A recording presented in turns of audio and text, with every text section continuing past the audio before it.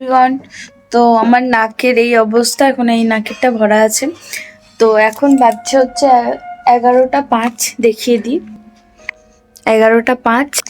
আমি কিভাবে কোচিং এর পড়া, মানে যেটা অফলাইন কোচিং আর এএনএম জিএনএম এর পড়া ব্যালেন্স করি, সেটা তোমরা আজকে দেখতে পাবে।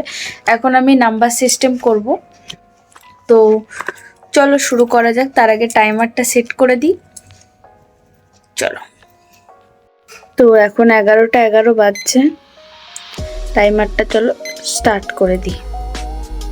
তো আমি ভেবেছিলাম এই উইকে নাম্বার সিস্টেম, ফ্র্যাকশন আর সিম্পলিফিকেশন করব। তো আজকে নাম্বার সিস্টেমটা নিয়ে বসেছিলাম। এবার তোমরা আমাকে বলবে যে দিদি, এনএম জিএনএম এর পাশাপাশি কেন আমি অফলাইন কোচিং নিয়েছি।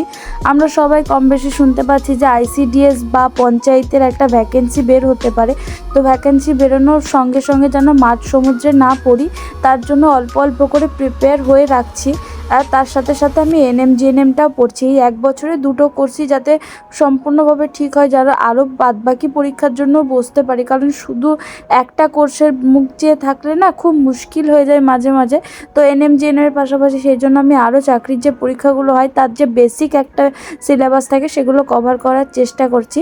আজকে সেই অনুযায়ী আমি নাম্বার সিস্টেম নিয়ে বসেছিলাম।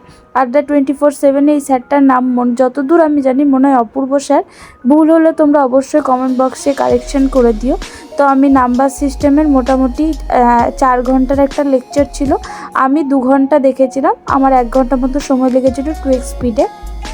আমার কোচিংয়ে এই চ্যাপ্টারটা হয়ে গেছে। কোচিংয়ে এই 3টে বললাম টপিকের ওপরে একটা মক টেস্ট আছে, সেই জন্য আমি আর কি একটুখানি রিভিশনের জন্য চ্যানেলটা দেখেছিলাম। তারপরে বেসিক যখন ক্লিয়ার হয়ে গেছিলো, আমাদের কোচিং থেকে যে ওয়ার্কশিটগুলো সলভ করতে দিয়েছিল আমি ওখান থেকেই করেছিলাম। তো হ্যাঁ, দেখা যাক, যদি কখনো ভ্যাকেন্সি বেরোয় তাহলে অন্তত কিছুটা পরীক্ষায় পারবো। আর বাদবাকি এনএম জিএনএম এর জন্য আমি যথেষ্ট পরিমাণে পড়ছি যাতে পরের বছর পাই। এবছর যারা ভালো র্যাঙ্ক করেছে তারা সবাই প্রত্যেকে কাউন্সিলিংয়ে বসো। তো এই ছিল আমার ম্যাথসের জার্নি। তো এই দেখো, প্রাইম নাম্বার, তারপরে ডেসিমাল, ফ্র্যাকশন সব কিছু নোট ডাউন করে নিয়েছি। এরপর আমি বসে গেছিলাম ফিজিক্যাল সায়েন্স করতে। আমি 1.5 ঘন্টা মতো ম্যাথস করলাম। ওই 1 ঘন্টা 27 মিনিট মতো দেখিয়ে দিই। আমি এএনএম জিএনএম এর যেটা সিলেবাস ফিজিক্যাল সায়েন্সের, সেখানে আমার পিরিয়ডিক টেবিল বাকি আছে, তো সেটা চলো করে নিই। তো অনেকেই জানতে চেয়েছো আমার কোন সিলেবাস কতটা শেষ হয়েছে। তো আমি বলে দিই, পরমাণুর গঠন, পর্যায় সারণী, ভৌত রাশির পরিমাপ আর বল ও গতি আমার হয়ে গেছে। বাকি আসে শুধু গ্যাসের আচরণ চ্যাপ্টারটা। বাকি সব কিছু নোট ডাউন হয়ে গেছে, তার সাথে সাথে টুকটাক পড়া হয়েছে, রিভিশন এখনো হয়নি। আর আমি চেষ্টা করছি যে ব্যাকলগগুলো আমার তৈরি হয়েছে সেগুলো ক্লিয়ার করার, আর যাতে নতুন করে ফিজিক্যাল সায়েন্স বা লাইফ সায়েন্সে ব্যাকলগ না পড়ে সেটাই আমি চেষ্টা করছিলাম। তারপরে দেখছি যে আশিস স্যার খুব সুন্দর করে একটা গুড নাইট মেসেজ লিখছে না, সেটা আবার স্যারের পছন্দ হয়নি প্রথমটা। তো আমি এইভাবেই আমার ফিজিক্যাল সায়েন্সের ব্যাকলগ ক্লিয়ার করতে পেরেছি। আর একটা চ্যাপ্টার আছে, আশা করি কালকে সেটা ক্লিয়ার করে নেব। তো আমার ফিজিক্যাল সায়েন্সের সিলেবাস এইটুকুই শেষ হয়েছে। সকালের দিকে যে স্লটটা রেখেছিলাম 2 ঘন্টা কমপ্লিট হয়ে গেছে, এটাকে এখানে স্টপ করে দেবো।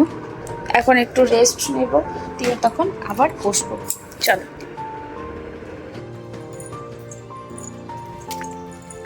তো আমি এখন যাচ্ছি দুধ আনতে। ঘুম থেকে উঠে ফ্রেশ হয়ে দুধ আনতে যাচ্ছি। কাছেই যাবো, হেঁটে হেঁটে যাবো, হেঁটে হেঁটে চলে আসবো। চলো, দুধ নিয়ে চলে এসেছি। আসলে আমি এখন যেখানে আছি, এখানে কয়েকটা বাড়ি মিলে একটা বেশ ফ্ল্যাট বাড়ি নিলে যেমন সোসাইটির মতো হয়ে যায় সেই রকম। তো যাই, তোমাদের মধ্যে কি এমন কেউ আছে যে পূর্ব বর্ধমানে থেকে আমার ভিডিও দেখো? একবার কেউ থাকলে জানাবেন, আমার জানতে ইচ্ছে করে যে বর্ধমানের কেউ আমার ভিডিও দেখে কি না। তো আমি চলে এসেছি সন্ধ্যেছি, এই যে এবার রান্না করে নিই। চলো, তো আজকে পায়েস করেছি, চালের পায়েস। পায়েসটা আস্তে আস্তে ফুটুক, আমি ততক্ষণ নিজের সন্ধ্যেবেলার খাবার বানিয়ে নিই। যারা পুরনো আমার ভিডিও দেখো তারা জানো যে আমি সন্ধ্যেবেলা রোজ চা খেতাম, তো সেটারই অল্টারনেট এখন হরলিক্স খাই।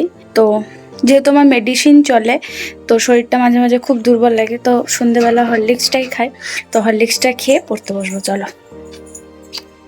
তো এবার আসি আমার লাইফ সায়েন্সের সিলেবাসের কথায়। আমার বাকি আছে শুধু রক্ত ও সংবহনতন্ত্রের লেকচার 4 আর জৈব অণু ও তাদের বৈশিষ্ট্যের লেকচার 1 এবং লেকচার 2, এই দুটো আমার বাকি আছে।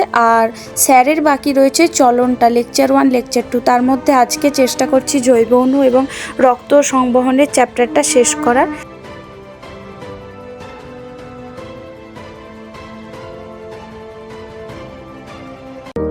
তো জৈব অণু ও তার বৈশিষ্ট্যের যে লেকচার 1 সেটা শুরু করেছি। আর ম্যাম যেহেতু বারবার ক্লাসে বলছিলেন যে পড়ার সময় বেশি নোট ডাউন করো না, ফ্লো চার্ট আকারে করো, আমি সেটাই করার চেষ্টা করছিলাম। তাই বেশি নোট ডাউনের দিকে ফোকাস না করে কনসেপ্টের উপর জোর দিচ্ছিলাম। এবং যদি সেটা ক্লাসে চলাকালীন ফ্লো চার্ট বানাতে পারে কিন্তু ম্যাথটা অনেকটা লিখে থাকতে বুঝতে পারে, তাই চেষ্টা করছিলাম ফ্লো চার্ট বানাতে করার আর কনসেপ্টের উপর। আর ফ্লো শুরু হয়ে যাওয়ার পরে সারাদিনের সাথে সাথে কাজও হয়। তারপর মোটামুটি ওই 9টা সাড়ে 9টা বাজতে অনেক বেশি টায়ার্ড লাগে, একটানা শুয়ে শুয়ে করছি। তো আজকের ভিডিওটা এই পর্যন্তই। ভিডিওটা ভালো লাগলে